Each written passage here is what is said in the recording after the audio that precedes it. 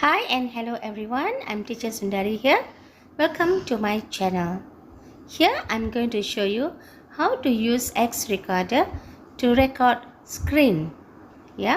This app lets users record video calls, game activities, video live, tutorials with no limit and no watermark.